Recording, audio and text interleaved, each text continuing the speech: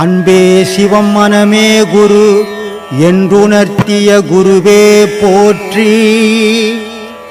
சத்தும் சித்தும் எதுவென்று உணர்த்திய குருவே போற்றி. எனக்குள் இறைவனை உணர வைத்த குருவே போற்றி. நித்திய ஆனந்தமான நித்யானந்த குருவே போற்றி. குரு பிரம்மஸ்ரீ நித்யானந்தரே போற்றி போற்றி. ஆகாமியத்தை உணர வைத்த குருவே போற்றி. இந்த ஆக்சிஜன் உள்ளே போகும்போது அபானன், அடுத்து உதானன், சமானன், கூர்மன், நாகன், கிருகரன், தேவதத்தன், தனஞ்சயன், இப்படி 10 விதமான காத்துக்களாக மாறி அப்படியே உள்ள ஒவ்வொரு இடத்துலையும் போய் அது ப்ரெஷர் பண்ணும் போதெல்லாம் அதோட பேர் மாறிடும். போனது என்ன, ஒரே ஒரு காற்று தான். அப்போது அந்த காற்று உள்ளே போகும்போது ஒவ்வொரு இடத்துலையும் பிரிஞ்சு 10 விதமான காற்றாக பிரிஞ்சு உள்ளே போகுது. அப்போ போகிறது என்னன்னா, ஒரு காற்று ஹார்ட்டுக்கு போவோம், பம்பிங். அது பம்ப் பண்ணால் தான் அந்த ரத்தத்தை சுற்றி மேல் நோக்கி கீழ் நோக்கி செலுத்தக்கூடிய ஆற்றலை அந்த காற்று தான் பண்ணிக்கிட்டு இருக்குது. அது போய் பம்ப் பண்ணாலன்னா ரத்தம் நமக்கு எல்லா இடத்துக்கும் போகாது.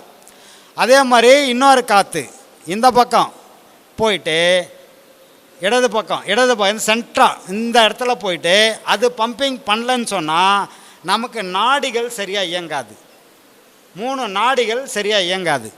இப்போ இது மாதிரி ஒவ்வொரு காற்றும் ஒரு வேலையை செய்யுது.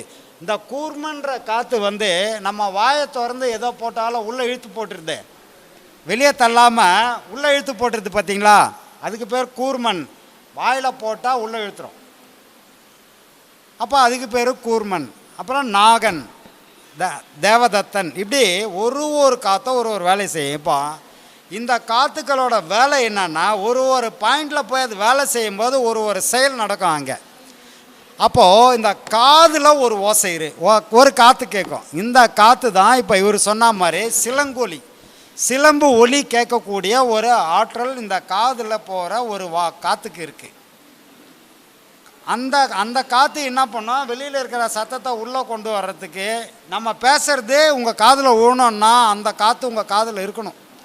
இல்லைன்னா செவுடு தான், மிஷின் தான் வைக்கணும். அந்த காற்று உங்கள் காதுக்குள்ளே இல்லைன்னு சொன்னால் நம்ம மிஷின் தான் வைக்கணும். ஏன்னா அந்த மிஷின் தான் அந்த காற்றை இழுத்து கொடுக்கும். அப்போது உங்களுக்கு கேட்குதுன்னு சொன்னால் ஆல்ரெடி அந்த காற்று அங்கே வேலை செய்யுது. அந்த காற்றுக்கு பேர் தான் அந்த சிலம்பொலி வீசக்கூடிய அந்த காற்று. அது அந்த காதில் இருக்கிற காற்று. அதே மாதிரி மூக்குக்கு நம்மளோட இந்த சிலருக்கு தும்மல் வரும், பார்த்துருக்கீங்களா? தும்மல் என்னென்னா, ஏதாவது இந்த பாதையில் அடைப்பு இருந்ததுன்னா டக்குன்னு ஒரு ப்ராசஸ் உள்ளவே பண்ணும். இந்த உடல் உள்ளேயே அந்த ப்ராசஸை முடித்து ஒரு ப்ரெஷர் கொடுக்க பாருங்கள், அடித்து தூக்க சும்மா டம்முன்னு வெளியில் எல்லாம் அந்த அத்தனை அடைப்பையும் தூக்கி வெளியே போட்டுரும். இந்த ப்ரெஷரு துப்பாக்கி சுடுறோம் பார்த்தீங்களா, அவ்வளோ பெரிய ப்ரெஷர், சாதாரண ப்ரெஷர் கிடையாது. அந்த ப்ரெஷரை எது கொடுக்குதுன்னா அந்த காற்று தான்.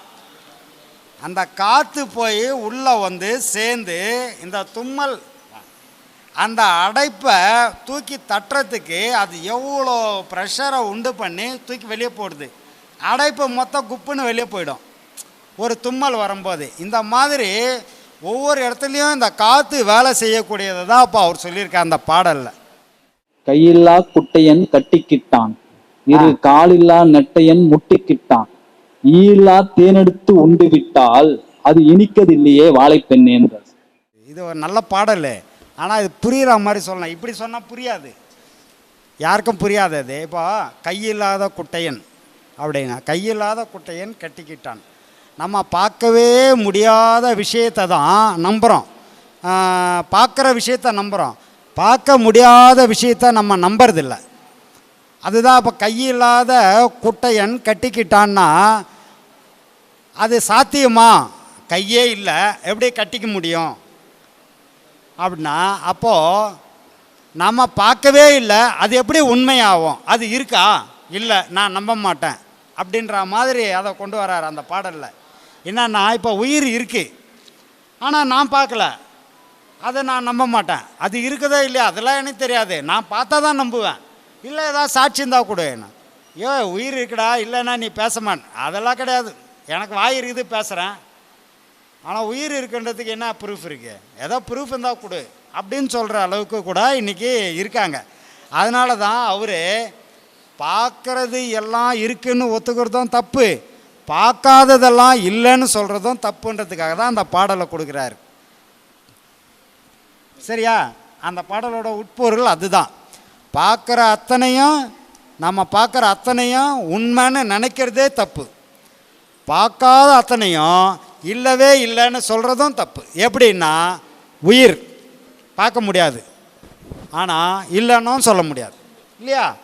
அதே மாதிரி கடவுள் பார்க்க முடியாது, இல்லைன்னு சொல்ல முடியாது, ஆனால் சில பேர் இல்லைன்னு சொல்லிக்கிறாங்க. சரி, அதை விட்டுருவோம். காற்று பார்க்க முடியாது, ஆனால் இல்லைன்னு சொல்ல முடியாது, உணரலாம் இல்லையா? அப்போது பார்க்குற பொருளெல்லாம் இல்லைன்னு சொல்ல முடியாது, இருக்கிற நீ பார்க்காத பொருளெல்லாம் இல்லைன்னு சொல்ல முடியாது, பார்த்த பொருளெல்லாம் இருக்குது இதெல்லாம் உண்மைன்னு சொல்ல முடியாது. இப்போ உதாரணத்துக்கு சொல்கிறேன் பாருங்கள், இந்த கட்டடம் இருக்குது, இந்த பில்டிங், இது பார்க்குறதுக்கு உண்மை, நமக்கு உண்மையாக தான் தெரியுது, உண்மை தான் அது. ஆனால் அது அத்தனையும் பொய். யாராவது ஒத்துப்பீங்களா? என்னடா இப்படி சொல்கிறாரு, இது எப்படி பொய்யாகும் கேட்பீங்க இல்லையா? இன்றைக்கி உண்மை, நாளைக்கு பொய். ஏன்னா எதுவுமே இங்கே நிரந்தரம் இல்லை. இன்றைக்கி இருக்கும், நாளைக்கு இருக்காது. இது வேறு மாதிரி மாறும், இது வேறு மாதிரி மாறும், இடிச்சிட்டு வேறு மாதிரி கட்டுவாங்க. ஃப்யூச்சரில் இது மாறுறதுக்கு வாய்ப்பு நிறைய இருக்குது இல்லையா? அதனால் இருக்கிறது எல்லாம் உண்மைன்னு நினைக்க முடியாது, இல்லாததெல்லாம் பொய்யன்னு நினைக்க முடியாது. அதுதான் அந்த பாடலில் விளக்கம். ஈலா தேனெடுத்து உண்டு விட்டான், அது இனிக்கது இல்லையே, அதுக்கு என்ன சமய விளக்கு? ஏன் இந்த வாழை சித்தர்கள் எல்லாமே ஞானத்தை இப்படி தான் சொல்லியிருப்பாங்க. இப்போ ஈலா தேனுன்றாங்களே, இது என்னன்னா, மௌனம் வாங்கினவங்க யாரோ ஒருத்தர் 2 பேர் நம்ம இதில் கொஞ்சம் அனுபவிச்சிருக்காங்க. அந்த ஈலா தேனுன்றது என்னன்னா, அமிர்துன்னு பேர். நமக்குள்ளேயே சுரக்கக்கூடிய ஒரு விஷயம் அந்த அமிழ்து. இந்த அமிழ்துன்றது ஒரு சிலருக்கு தேனாக இருக்கும், ஒரு சிலருக்கு வேறு மாதிரி இருக்கும். இப்போ தேனோட சுவையே நிறைய பேருக்கு எப்படி இருக்குன்னா இனிப்பாக இருக்குன்னு சொல்லுவாங்க இல்லையா? தேனோட சுவை இனிப்பா எல்லாருக்கும் அதான் தெரியும் இல்லையா? ஆனால் பதார்த்த குண சிந்தாமணி அப்படின்ற ஒரு புத்தகத்தில் தேனோட சுவை கசப்புன்னு எழுதியிருக்கார் ஒரு மிகப்பெரிய ஞானி. தேனோட சுவை கசப்பு, பதார்த்த குண சிந்தாமணின்னு ஒரு புக்கு. அதில் ஒவ்வொரு காய்க்கும் என்னென்ன சுவைன்னு எழுதியிருப்பாங்க.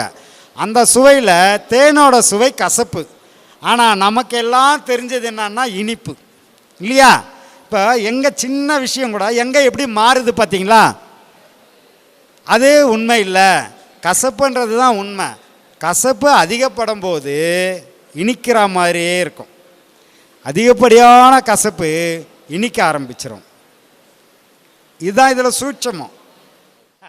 அஞ்செய்த்திலே பிறந்து அஞ்செய்த்திலே வளர்ந்து அஞ்செய்த்தி ஓதுகின்ற பஞ்சபூத பாவிகள் அஞ்செய்த்தில் ஓரெய்த்து அறிந்து கூற வல்லிரேல் அஞ்சல் அஞ்சல் என்று நாதன் அம்பலத்தில் ஆடுமே. அஞ்செழுத்திலே பிறந்து அஞ்செழுத்திலே வளர்ந்துன்னா நம்ம அந்த 5 பஞ்சபூதங்கள் உலகத்தை இயக்குது, அதே 5 பஞ்சபூதங்கள் நம்மளையும் இயக்குது. அதே சமயத்தில்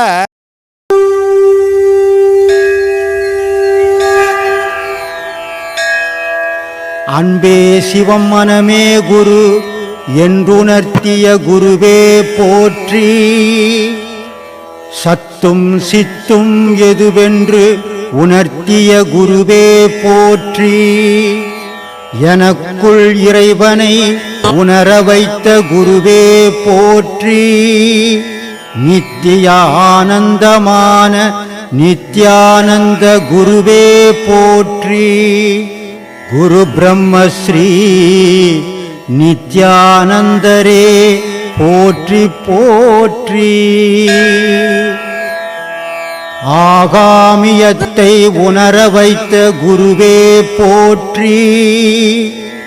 இன்ப